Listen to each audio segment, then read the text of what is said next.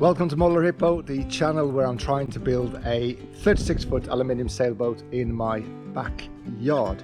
In this 26th episode of the components playlist, I'm trying to build a 12-volt DC switch / fuse box to be used for the main 12-volt system in the boat. So it will have 3 powers coming in from different chargers, which is one is going to be the main and the other 2 for redundancies, as well as 1 power going out to the main switchboard and then 1 going out to the main battery bank. So let's take a look.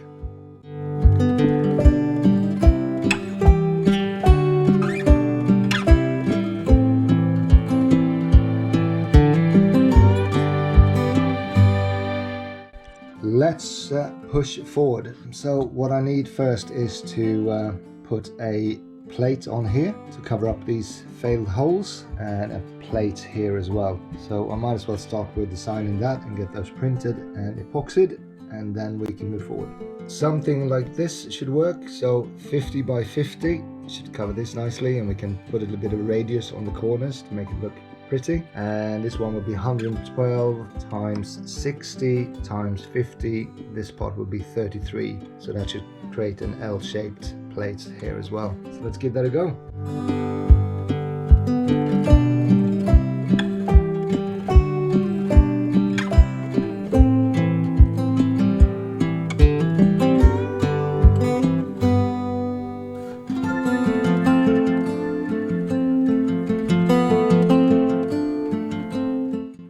Something like this. I am not going to glue these yet because I might end up replacing this whole lid. So I'm gonna leave them up for now. Well, you know what? I might as well glue them just in case. To push the cabling forward, we can start with connecting the out from the DIN trip switches onto the bus bars. So there will be 3 positive and 3 negative going this way. So I might as well cut them up and start connecting. I will be using tinned copper wire for marine use, and this is a 10mm 2 cable. For the cable choose, I'll be using 10-8. So 8 is for the stud size, the hole size, and 10 is for the 10mm 2 cable size. Cable's now done. They look like this. Cable shoe on one end and a ferrule crimp in the other end. I just started to use this ferrule crimp tool, and it works well. Very cheap, $7-8 on Temu. And then for the actual shoe itself is this pneumatic one, which I think is like $25. And I find that the ferrule side isn't on as hard as I like, so I have just made sure I just crimped the end of it, or the inside of it, to make sure that it's a little bit tighter. And I'm going to put a shrink tube here as well to make sure that if anything is a bit loose, it's going to be held in place by the shrink tube as well. So let's do that. One more thing is that I made them exactly the same length because I think that is something that is recommended. I don't think if it makes much of a difference, but let's stick to best practice. With the shrink tubing on, we now have this, which should be far more robust for me to work with. I should be able to see if they fit in place. So something like this. What I noticed though is that these are sliding over this rail, same thing with this one. So I'm going to start with locking this one in place over here, so it's in line with the gland, and I'm going to make sure that these are fixed in the middle. So I'm going to put 2 stop pieces there, and I'm going to epoxy those so that these are staying where they need to be, and then I'm going to reroute these again. I got these little rail stoppers, so these are designed just to go at the end of the rail to block the actual units to move and fall off. So I might take one of these and sand the stop side down, slide it into where it needs to be, and then glue it in place, so I can then put the unit in the middle of that, exactly where I need it to be. And the other 2 I can just use as end stops at the top one. So let's put them in place. End caps positioned, and the end caps have also been epoxied, so I'm going to leave this for a couple of hours, and then we'll see how it fits. As the epoxy now has set on the stoppers, I should be able to take this apart and put the rail back in the box. We now have the rails attached to the back plate, so we should be able to slot that in.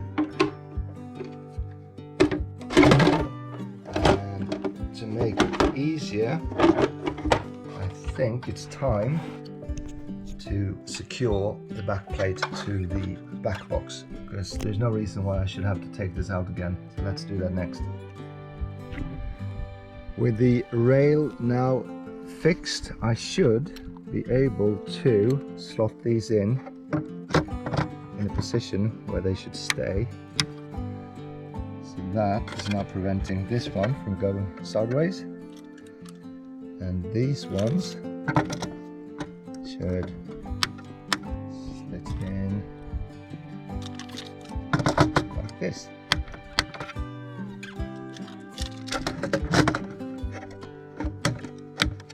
So I think there's a millimeter of movement, but that should be absolutely fine. So we should be able to now start attaching the first set of cables, and then I realized I need to make a pair for this one as well. So let's do that. This is with all the cabling in place for the incoming chargers points, the 3 top ones. I start to wonder if all these isolation switches are a bit overkill, because in theory I could just open the box, turn anything off here that I want to turn off, instead of having kind of a double isolation switch and trip switch. So I need to have a think about that one. The other one is also, I need to work out the exact amperage that I will have as a max draw. This is an 80 amp fuse, and I could get away with a 10mm 2 cable to this one, but I might have to go for a 16mm 2. So before I push forward, I just want to do a little bit of calculations on that one. So here is the question. Are all of these isolation switches, except the main one that goes to the 12-volt switchboard for all the appliances, are they overkill? Should I get rid of all of them, and instead, if I need to do maintenance, just open the lid, turn everything off from here? Because right now I will have to connect cables from all of these down through these glands, and it's going to be extremely crowded in here. And I just wonder if this is overkill. Do I really need these isolation switches here, or is it enough with just having the middle one to turn off the power to the main switchboard? So would love to hear your ideas around that, because right now it feels like I would love to get rid of those and just replace this whole lid and put this back in again. As always, thank you for watching. If you have any questions, comments, concerns or ideas around getting rid of those isolation switches, please stick them in the comments and I will respond within 24 hours. If you haven't subscribed and you want to see more of this build, feel free to click the subscribe button, and please know that there's a separate playlist for the boat build as well as the motor build. Until next time, have a great week and I'll see you soon.